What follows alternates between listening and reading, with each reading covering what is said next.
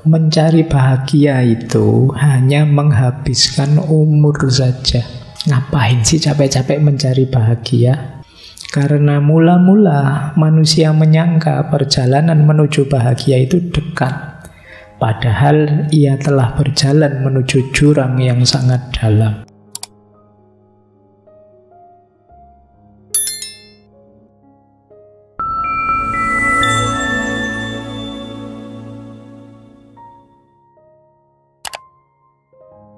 Assalamualaikum warahmatullahi wabarakatuh. Bismillahirrahmanirrahim. Baik, malam hari ini mungkin temanya tidak seberat minggu lalu. Kalau minggu lalu mungkin agak pening ya memahaminya, sangat filosofis. Malam hari ini kita temui saja beliau, kebanggaan kita, tokoh kita, yang juga di beberapa karya beliau mengulas tentang kebahagiaan, yaitu beliau Buya Hamka.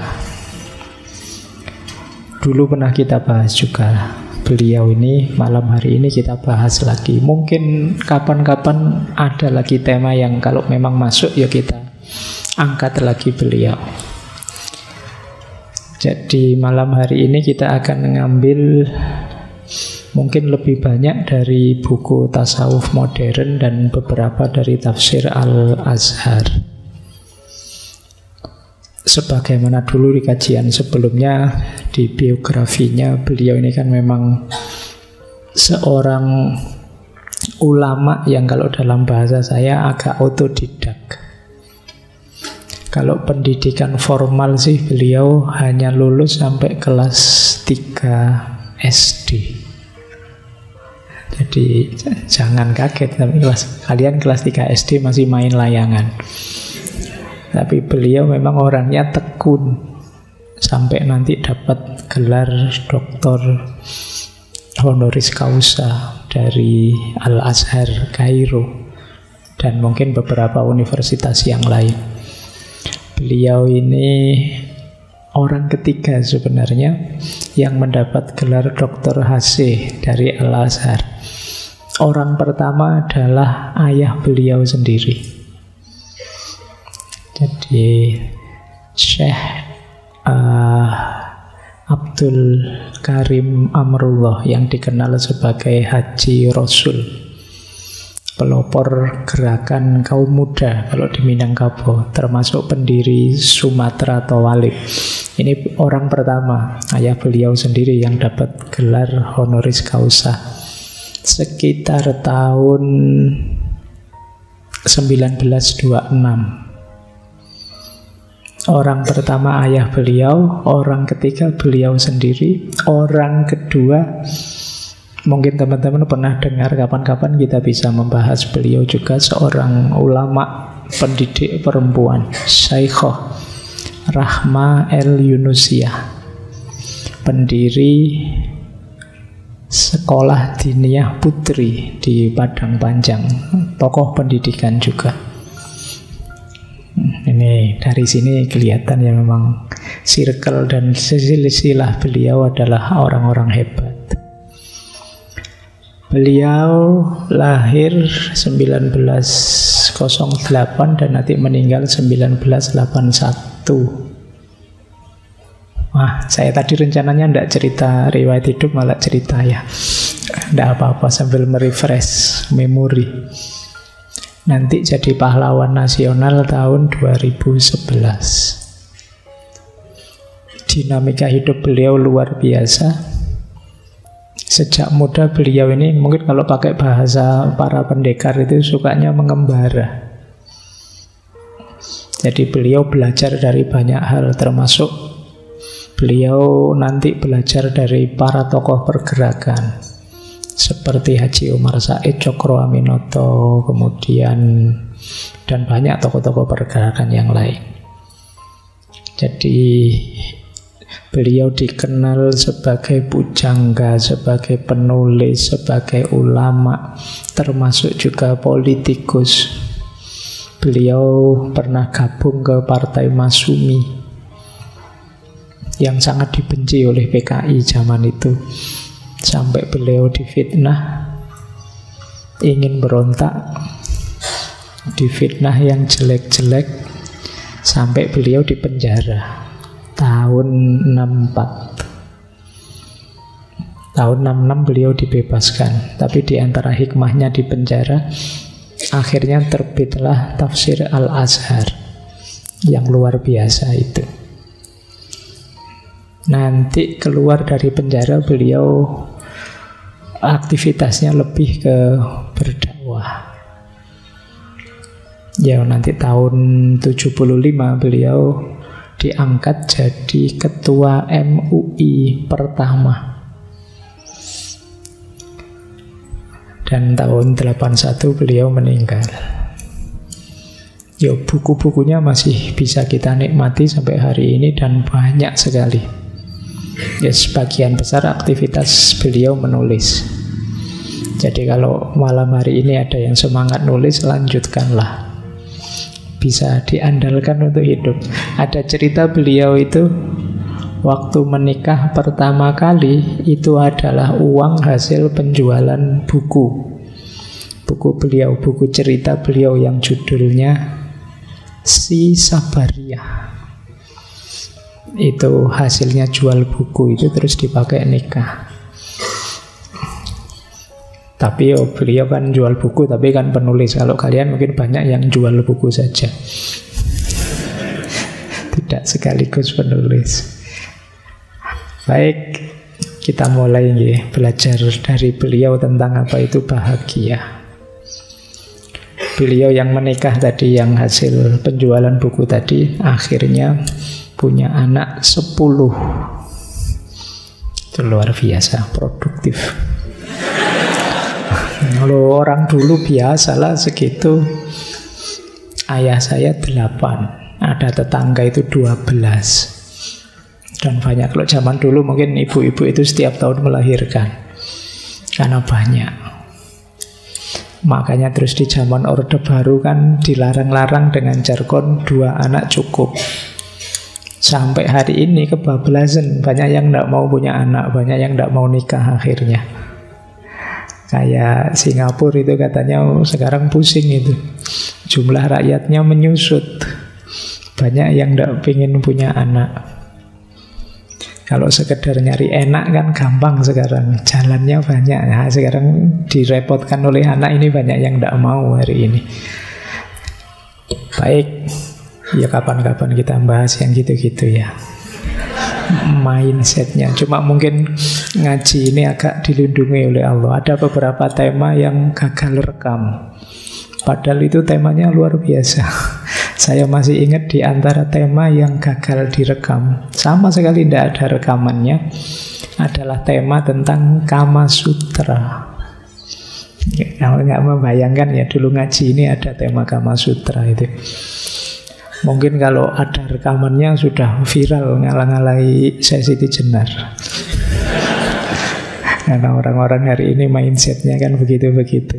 Itu dulu ada, makanya Pak, mau diulangi, tidak bisa, sudah lewat. Kalau diulang tidak bisa gayeng lagi. Tapi pernah, ada beberapa tema yang memang mungkin seizin Allah tidak usah saja disebar. Baik, bismillah ya, kita mulai. Saya memberi judul Merencanakan Kebahagiaan. Ini menarik karena ada satu bagian dari tafsir Al-Azhar itu yang pakai kalimat ini. Makanya saya ambil merencanakan kebahagiaan. Nah, dari surat ini saya ambil istilah merencanakan kebahagiaan. Itu surat Hud ayat 105.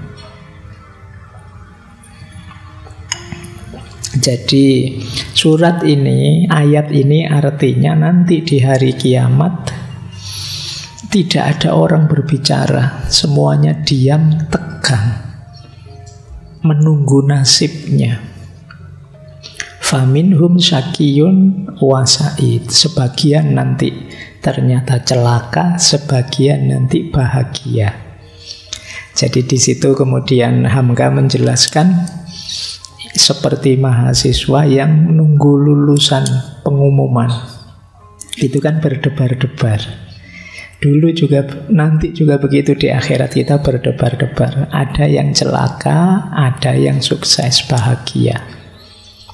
Dan kuncinya tidak di kita, di Allah. Berarti manusia itu kuasanya hanya merencanakan, merancang.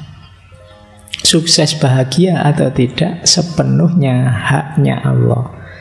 Makanya temanya ini merancang atau merencanakan kebahagiaan.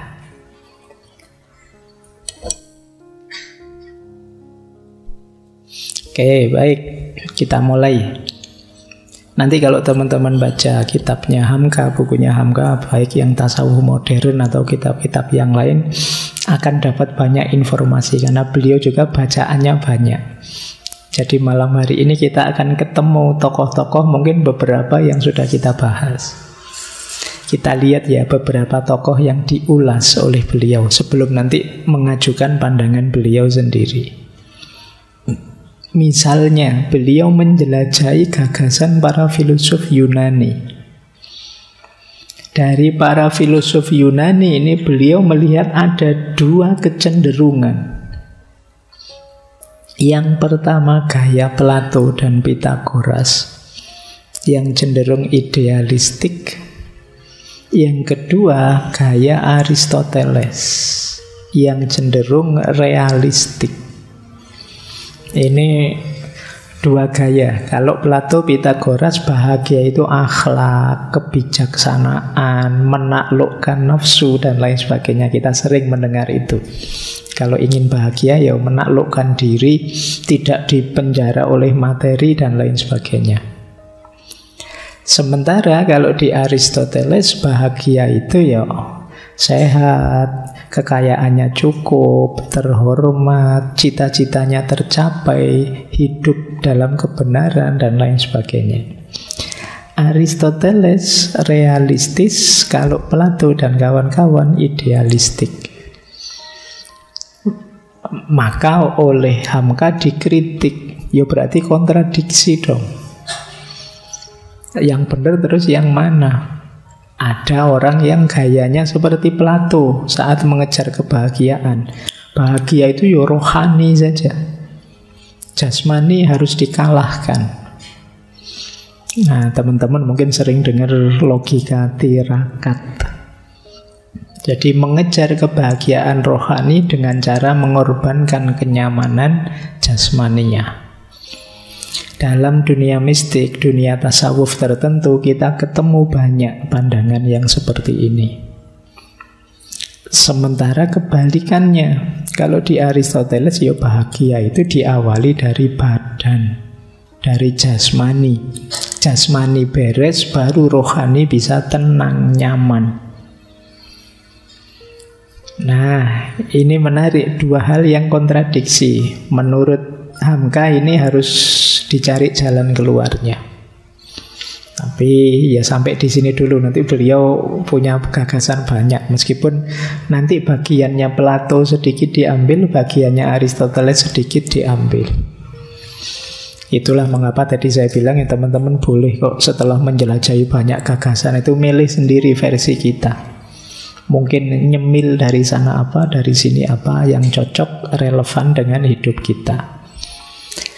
Jadi ini kritiknya pada para filosof Yunani. Oke ya, ini dari Yunani. Sekarang dari Barat. Dari Barat, Hamka melihat ada dua aliran. Ada aliran materialis, ada aliran non-materialis. Materialis berarti serba materi. Jadi menurut Hamka, Hamka itu kan teman-teman semoga tidak lupa ya, itu sudah panggilan kehormatan karena itu singkatan dari Haji Abdul Malik Karim Amrullah. Jadi jangan ditambahi, wah menurut Haji Hamka itu sudah ada hajinya, hanya itu. Jadi jangan nanti double. Nah, aliran modern, beliau melihat tokoh misalnya Henrik Ibsen atau Thomas Hardy, yang mereka melihat ya bahagia itu ukurannya materi, kepuasan individu. Ini semacam menertawakan orang-orang yang bikin konsep rumit-rumit tentang kebahagiaan. Hamka di situ mengutip kalimatnya Ibsen. Ibsen bilang begini dalam kutipannya Hamka, mencari bahagia itu hanya menghabiskan umur saja. Ngapain sih capek-capek mencari bahagia? Kenapa disebut menghabiskan umur? Karena jalan untuk menempuhnya itu sangat tertutup. Setiap usaha yang melangkah ke sana senantiasa dihantam mundur. Karena mula-mula manusia menyangka perjalanan menuju bahagia itu dekat.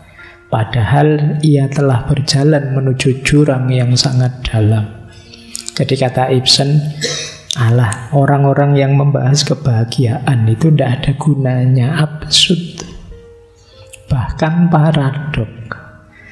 Dulu pernah kita belajar tema paling awal filsafat kebijaksanaan, filsafat kebahagiaan, itu kan kita membahas paradoknya orang yang mencari kebahagiaan. Ketika orang mencari kebahagiaan, berarti saat itu dia tidak bahagia. Buktinya dicari.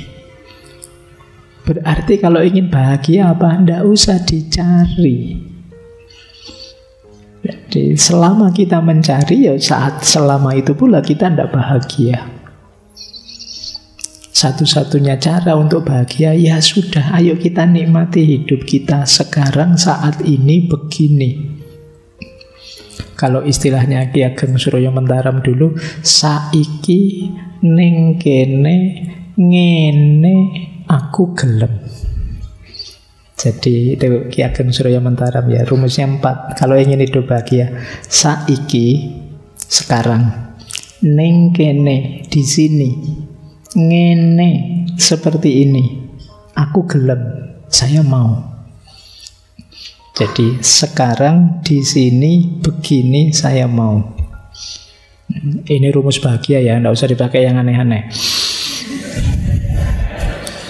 Nanti kamu ketemu pacarmu saiki ning kene, itu rusak kalau kamu rumusnya itu. Ngene aku gelem ngono. Ya nanti pacarmu bilang aku moh.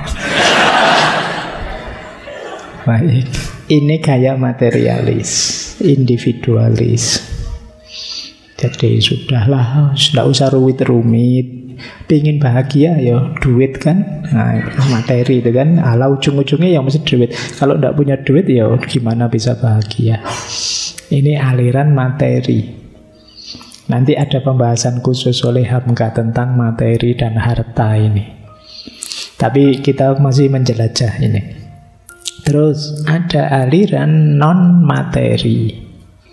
Kalau aliran non-materi, non-individu, beliau mengutip misalnya Tolstoy, Bertrand Russell yang kemarin kita bahas, termasuk George Bernard Shaw.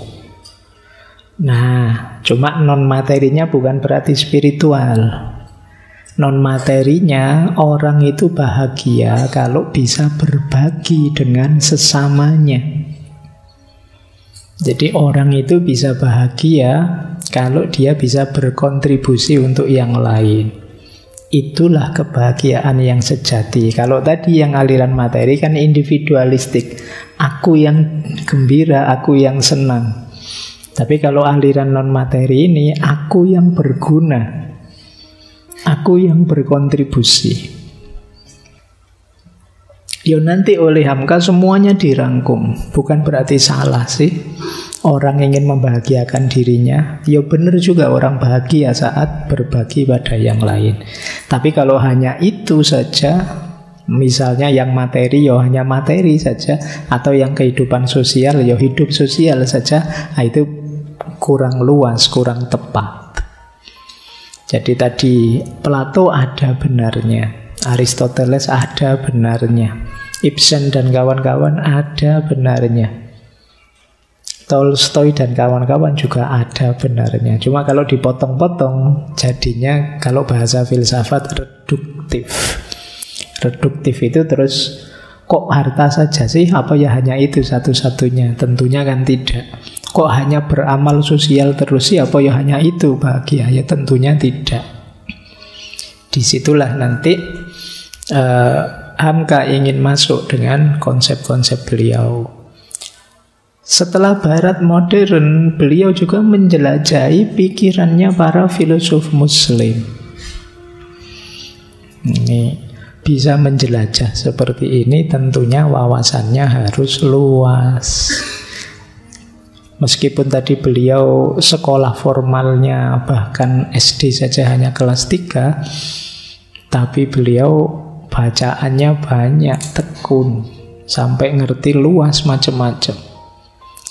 Nah, menurut para filosof Muslim, kata beliau, secara umum kebahagiaan dalam Islam itu terletak pada hidup yang seimbang. Ya jasmani, ya rohani. Tidak jasmani saja seperti kecenderungan Aristotelian, atau rohani saja seperti kecenderungannya Plato dan kawan-kawan. Ya individu, ya masyarakat. Tidak individu saja seperti Ibsen tadi, dan tidak sosial saja seperti Tolstoy dan kawan-kawan. Kemudian jangan lupa bahagia itu ya dunia dan akhirat. Jadi ini khasnya kalau para filosof Muslim.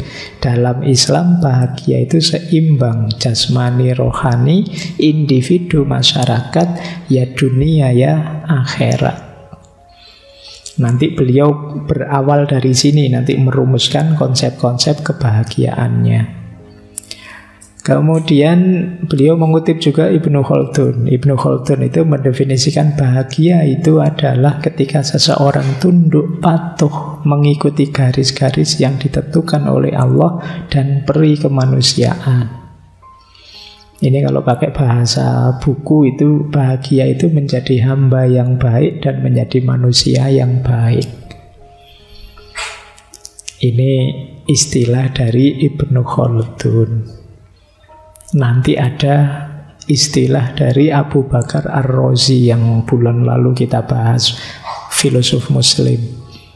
Kalau menurut Syekh Abu Bakar Ar-Razi, bahagia itu seperti seorang tabib yang mampu menyembuhkan tapi tidak pakai obat, hanya dengan cara mengatur makanan saja.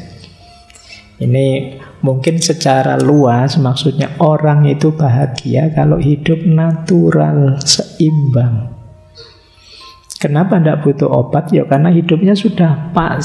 Obat itu kan semacam mengembalikan keseimbangan yang kita kacaukan. Maka orang bahagia itu orang yang hidupnya tertib, rapi, sehingga dia sehat jasmani, rohaninya.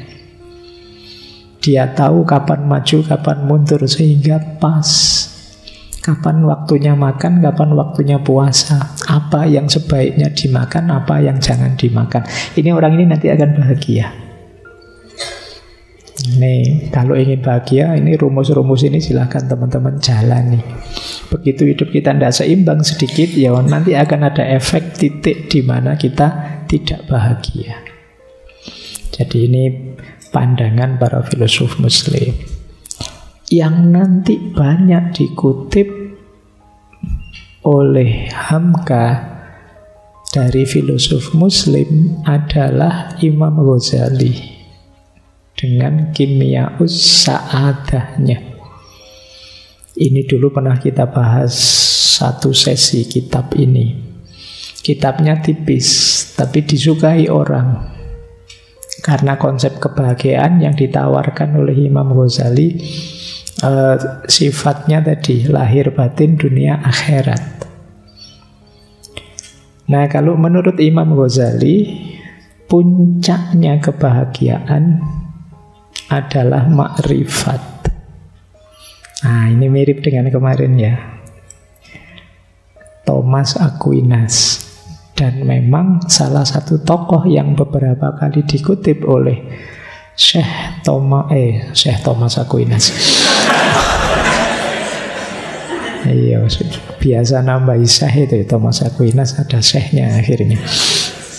Jadi oleh Thomas Aquinas adalah Imam Ghazali. Banyak sekali dikutip konsep kebahagiaannya karena memang mirip. Kemarin kan di Thomas Aquinas puncaknya kebahagiaan itu kan beatific vision. Jadi visi keindahan, visi ilahiyah. Ya kalau dalam bahasa Arab itu ma'rifat. Saya tidak mengulang penjelasannya, boleh dicek ngaji minggu lalu atau ngaji dulu waktu kita membahas kimia usa'ada. Tapi memang makrifat itu sangat membahagiakan. Kalau kita nyampe ke sana, kita belum merasakan itu, makanya rasanya masih berjarak. Mungkin masih kalah menarik dibandingkan uang banyak, dibandingkan mobil mewah, dibandingkan kuliah sukses, karir lancar, dan lain sebagainya. Mau ndak kamu dianugerahi rumah mewah? Mau, siap. Antara rumah mewah atau makrifat, kamu milih mana?